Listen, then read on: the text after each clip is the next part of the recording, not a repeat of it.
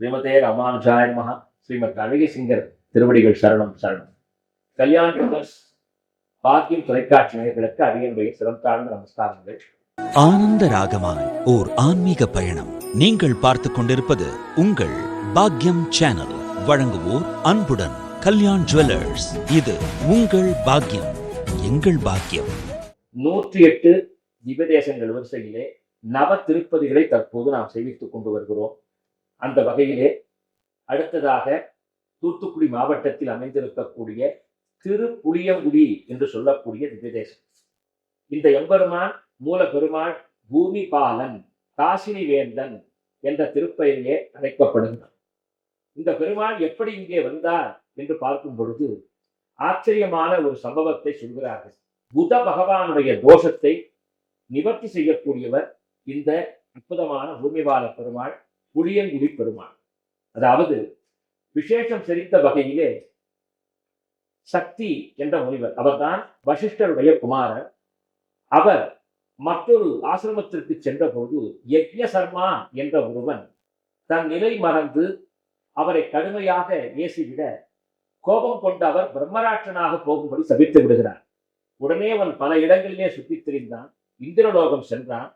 அப்படி இந்திரலோகம் சென்ற தருணத்திலே இந்திரன் தான் தன்னுடைய மனைவியோடு பேசிக் கொண்டிருந்த தருணத்திலே அங்கிருந்த நந்தவனத்திலே 2 மான்கள் விளையாடி கொண்டிருந்தன.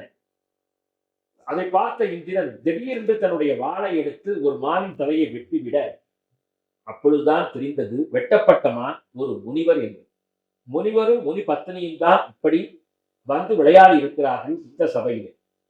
இந்திரனுக்கு முனிவரின் தலையை வெட்டியதால் பிரம்மஹத்தி தோஷம் ஏற்பட அவன் என்ன செய்வது என்று புரியாமல் தவித்து நிற்க, திருப்புளியங்குடி திருத்தலத்தில் வந்து யாகம் செய்தால் கண்டிப்பாக விமோசனம் என்று தெரிந்தவுடன் தேவராஜனான இந்திரன் திருப்புளியங்குடி திருத்தலத்திற்கு வருகிறார். அங்கே கடுமையாக உபவாசங்கள் இருந்து பெருமாளை குறித்து தவம் இயற்றி யாகத்தை செய்யும் பொழுது ஏற்கனவே பிரம்ம ராட்சசனாக சபிக்கப்பட்ட யக்ஞசர்மா இந்திரனை அழிக்க வர பெருமாள் தன்னுடைய கதாயுதம் கௌமோதகி என்று சொல்லக்கூடிய கதாயுதத்தால் அவனை தாக்க பிரம்மஹத்தி தோஷம் நீங்குகிறது. அவனும் சுய உரு பெறுகிறான். இந்திரனுடைய சாபம் நிவர்த்தி பெறுகிறது. அப்படிப்பட்ட பிரம்மஹத்தி சாபத்தையே போக்கிய திருத்தலம் தான் இந்த திருப்புளியங்குடி. காசினி வேந்தன் பூமி பாலன் என்ற திருநாமத்தை கொண்ட இந்த பெருமாளுடைய சன்னிதானம். அற்புதமாக நம்மாழ்வாருடைய பாசுரங்களால் போற்றப்பட்ட திருத்தலம் இந்த திருத்தலம். முக்கியமாக சொல்லும் பொழுது இந்த திருத்தலத்திலே நகைச்சுவையாக சிருங்கார ரசம் பொருந்திய ஒரு விளையாடல் நடந்தது. மகாலட்சுமியோடு வைகுண்டத்திலே பெருமாள் பேசிக் கொண்டிருக்கிறார். இதை கண்ட பூமி பிராட்டி கோபம் கொண்டு பாதாள உலகம் சென்று விடுகிறாள். பாதாள உலகத்திற்கு சென்று பெருமாள் அந்த பூமி பிராட்டியை சமாதானம் செய்து மீண்டும் வைகுண்டம் அழைத்து வருகிறார். இப்படியாக ஸ்ரீதேவியும் பூமாதேவியும் ஊடல் கொண்டு பெருமாளின் பொருட்டு பெருமாளின் பக்தி பொருட்டு நடத்திய திருவிளையாடலுக்கு ஏற்ற தலமாக இந்த தலம் திகழ்கிறது. அதுவும் இந்த பெருமாளை நாம் எப்படி சேவிக்க முடியும்? காணும் பொழுது திருவனந்தபுரத்திலே திருவட்டாரிலே பெருமாள் எப்படி தன்னுடைய பாதம் நீட்டி சயனித்துக் கொண்டிருக்கிறாரோ அத்தகைய அற்புதமான பெருமாள். இந்த பெருமாளுடைய நாவி கமலத்திலிருந்து வரக்கூடிய அந்த அற்புதமான தண்டானது பிரம்மா அமர்ந்திருக்கக்கூடிய அந்த பத்மம் என்று சொல்லக்கூடிய தாமரையோடு இணைந்து இருக்கக்கூடிய காட்சியை நாம் பார்க்கலாம்.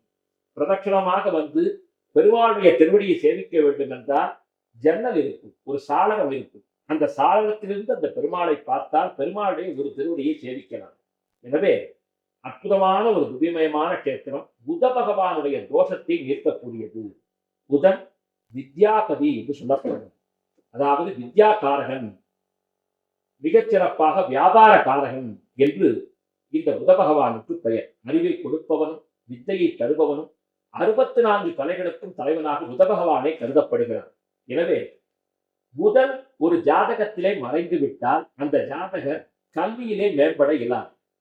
அப்படிப்பட்டவர்கள் எல்லாம் ஆசிரியர்களாக விளங்கக்கூடியவர்கள், படிப்பிலே சற்று பின்தங்கி இருப்பவர்கள், முனைவர் பட்டம் பெற வேண்டும் என்று அதற்கான முயற்சியில் இருப்பவர்கள், மிகப்பெரிய பட்டங்களையும் விருதுகளையும் பெற வேண்டும் என்று நினைப்பவர்கள் எல்லாம் இந்த திருப்புளியங்குடி திருத்தலத்திற்கு வந்து இந்த பூமி பாலகனை சேவித்து அற்புதமாக 5 முறை வலம் வந்தால் கல்வி சம்பந்தப்பட்ட பிரச்சனைகளிலிருந்து விடுபடலாம். முக்கியமாக கலைத்துறை, புதன் என்றாலே கலைத்துறை, திரைப்படம், கலைத்துறை, நடனம், நாட்டியம், எழுத்து, பாட்டு, ஓவியம் என்று இருக்கக்கூடிய கலைத்துறையை சார்ந்த அனைவருமே இந்த பூமி பாலகனை பிரதட்சணமாக வந்தால் ஒட்டுமொத்த பூமியில் இருக்கக்கூடிய உயிர்கள் இவர்களை பாராட்டத்தக்க வகையிலே கலையிலே மேதாவிலாசம் பெறுவார்கள் என்று சொல்லப்பட்டுள்ளது. அத்தகைய அற்புதத்தை இந்த திருத்தலம் புதன் புக்தி, புதன் தோஷம், புதன் திசை நடப்பவர்கள் நிச்சயமாக வந்து இந்த பெருமாளை சேவிக்க வேண்டும். பொதுவாகவே நவகிரகத்திலே புத பகவானுக்கு ஸ்ரீமன் நாராயணனே தெய்வம் என்று சொல்லப்பட்டுள்ளது. பச்சை வஸ்திரம் சாத்துவது வழக்கம். எம்பெருமானுக்கே பச்சைமாய் மலை போல் மேனி என்றுதான் ஆழ்வார் பாடுகிறார். எனவே இந்த அடிப்படையிலே பூமி பாலனை, காசினி வேந்தனை இந்த திருத்தலத்திலே வந்து சேவித்தான் நமக்கு பொன் கிடைக்காலும் புதன் கிடைக்காது என்று சொல்லுகிறார்கள் அல்லவா? அப்படிப்பட்ட பொன்னான வாய்ப்புகளையும் வாழ்க்கைகளையும் தருவான் இந்த எம்பெருமான். நாமும் அந்த பூமி பாலகனின் திருவடியிலே சரணாகதி செய்து சகலவிதமான சௌபாகியங்களையும் பெறுவோமா. ஆனந்த ராகமாய் ஓர் ஆன்மீக பயணம். நீங்கள் பார்த்துக் கொண்டிருப்பது உங்கள் பாக்யம் சேனல். வழங்குவோர் அன்புடன் கல்யாண் ஜுவல்லர்ஸ். இது உங்கள் பாக்யம், எங்கள் பாக்கியம்.